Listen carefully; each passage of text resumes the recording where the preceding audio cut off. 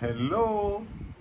All right. My name is Jeremiah Adeoye Adediran, and let's come to uh, have one or two discussions today on how you can really scale your business, how you can survive this economy. Quite a number of businesses are surviving the economy, whereas some businesses are actually dying gradually. And to shock you, some businesses are emerging and they are imagining big. Yes. So there are a few things that you must know and understand about times like this. Number one, times like this will always come. It has always been from the days of our fathers. It will never cease from coming. It will never cease from happening. All right. Number two, you need to always prepare your mind for times like this. You need to always prepare your mind for times like this, because it will definitely come. Number three, when times like this come, look for specific opportunities that you can embrace uh, to survive this time. And number four, ensure that these opportunities are not just opportunities that just come and you make use of them without really having the impact on your business. Yes, what do I mean? I mean using the proceed, using the dividends, using the opportunity to also birth another opportunity for your business. So I've said four things that you need to note about times like this. So what is exactly happening at times like this? Yes, everybody is talking about inflation. Everybody is talking about economic meltdown. Everybody is shouting that the prices of goods and services are on the high side. Yes. So what is really happening? What is happening is that inflation is about 2 digits in several countries of the world. So what does that tell a common man? What that tells a common man is that you need more money to buy little thing. You need more money to buy little thing. And when this happens, even businesses, they feel it, they suffer for it, and quite businesses are in for a good time also.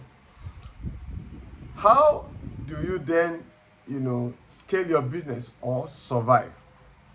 Number one, you must ensure that you have each product for each different product for each category of the people at the pyramid.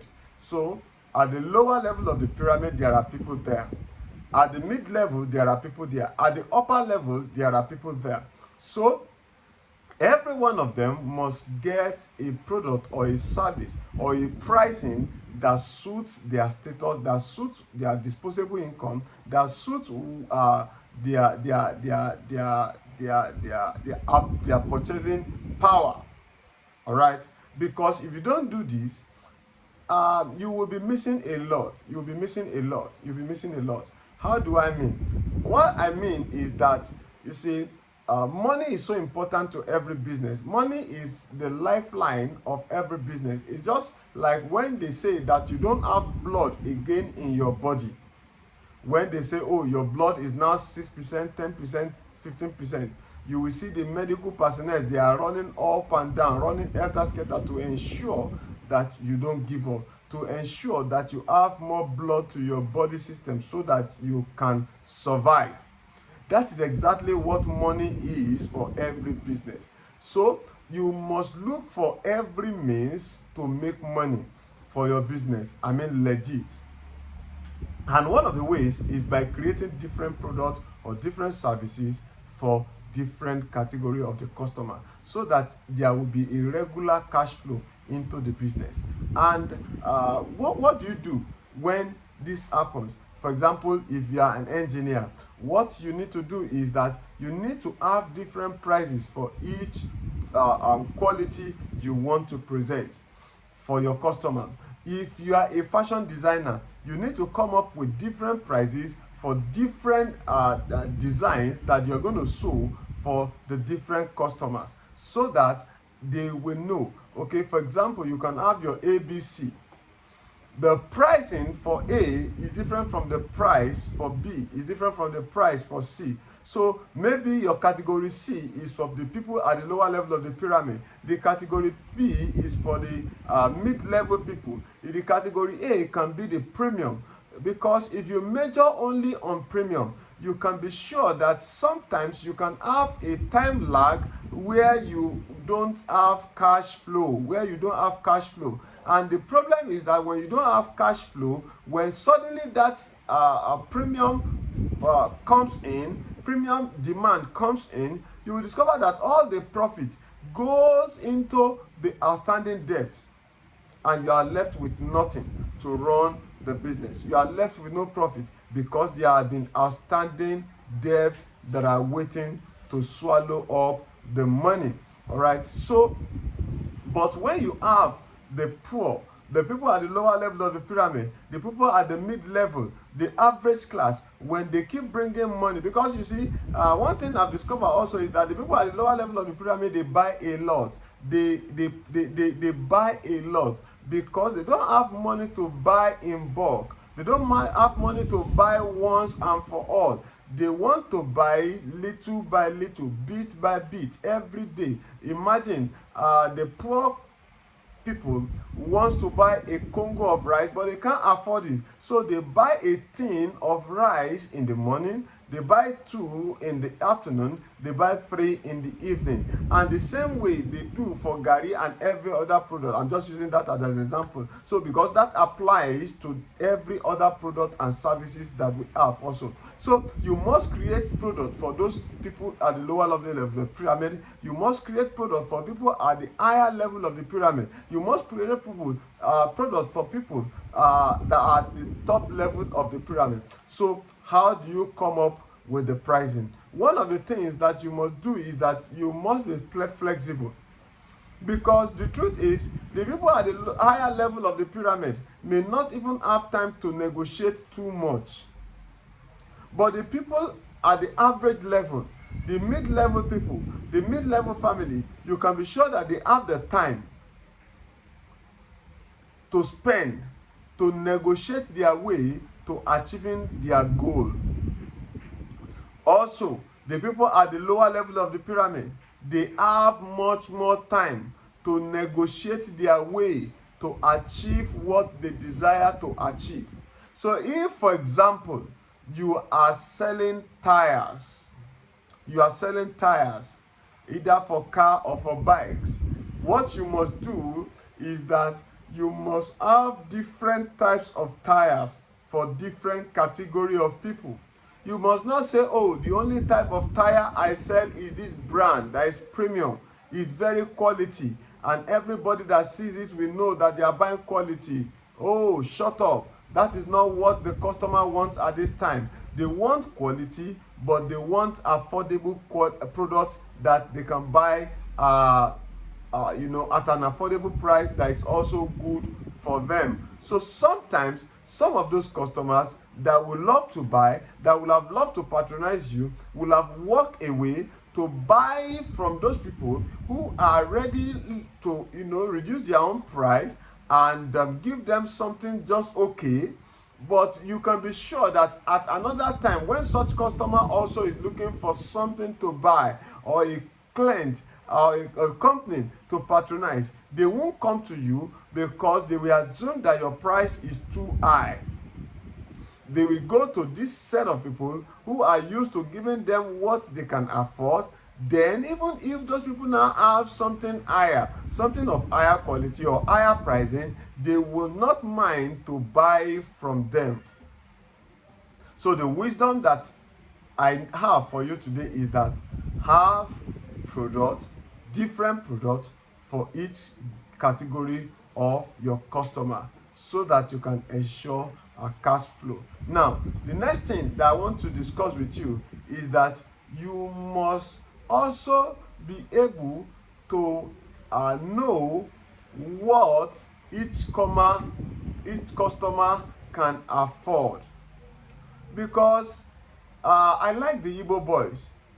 They usually, I remember in those days when I used to enter the Igbo boys boutique by the roadside.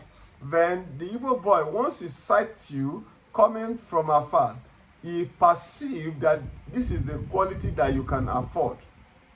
So he will first show you a certain quality, substandard anyway, and by the time he shows you that quality, he wants to get your reaction. And trust me, my reaction will usually be, oh, me? This one? No, I can't wear it. Then the guy will enter inside and bring something of higher quality. And by the time he brings something of higher quality, he will tell you, oh, this is more expensive. I hope you know. This is more durable. I hope you know. But I can guarantee that if you buy this, you will enjoy it more. Then there is another one. Maybe you want a better quality again. You tell the Igbo guy that, oh, please, I don't want this. Get me something of higher quality. Then the guy will enter inside again and bring something of higher quality, superior quality, premium quality, and tell you, can you afford this? Because I only have 3 in my shop, but you can be sure that this is the best. So you have options. He has presented you with options, but in a very logical way, in a very convincing manner. So the truth of the matter is, a lot of times you have different products for different customers, but your approach to presenting it to them is wrong. Your approach to packaging it for them is wrong. Your approach and the timing of presenting it is absolutely wrong. So at the end of the day, you are not able to achieve what you want to achieve at the end of the day. So you must be concerned with the timing. You must be proactive, and you must be reactive to whatsoever thing your customer wants per time. This is very essential. Now, how again can you survive? What again do you do to survive this time? Because this time will always come, and this time will require you to always prepare for opportunities for this time. The other thing I want to tell you, especially those that are into production, is that always ensure that you are not stuck out. Never allow yourself to be stuck out. Because when you are stuck out and times like this come, you run into trouble. There is demand, but you can't supply. There is problem in your supply, and what happens is that even if the customer are willing to buy from you, but they can't find it, there is problem with them trusting you again, that you're going to have it. So they don't even, some of them don't want to come back. So you must never allow stock out. So what do you do? One of the preparations that you must do is that always ensure that you have stock. Always ensure that you have stock. Give the impression that this stock will last for a while. Have the impression that this stock will last for a while. Not that you will just be doing your business in a bit way. You know, put money, look for money, put it on that business. Now, the next thing that I want to tell you is that, you see, when times like this come, you must keep marketing. You must keep marketing your product.